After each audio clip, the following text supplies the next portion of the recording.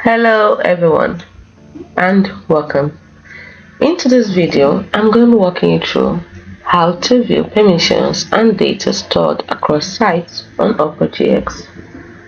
The first thing to do is open up your settings. I prefer using the keyboard shortcuts, which is Alternate and P.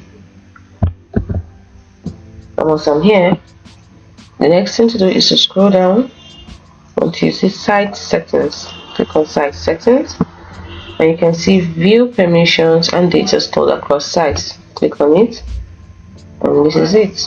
So these are the dates, these are the sites and total storage used by the site. So if you want to delete it, just click on Delete All Data.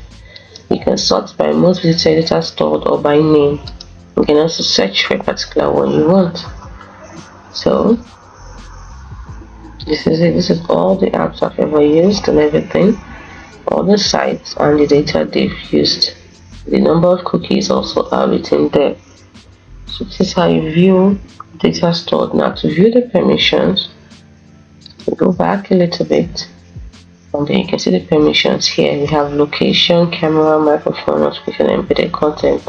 And we have additional permissions like third party, JavaScript, images pop up.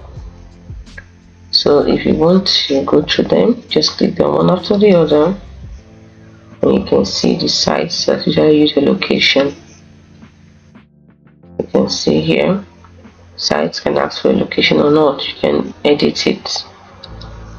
It's as simple as that. Now if you want to see the location of, let's say, a recent activity, you want to see the permission used by it, you tap on recent activity to show you the usage for the data and the permission it uses. You can see it here, and then you can edit it here if you do not want from ask, for example, to allow or to block. It's as simple as that. Hope you found this video helpful. Do not forget to like and subscribe to the channel for more. Thanks for watching.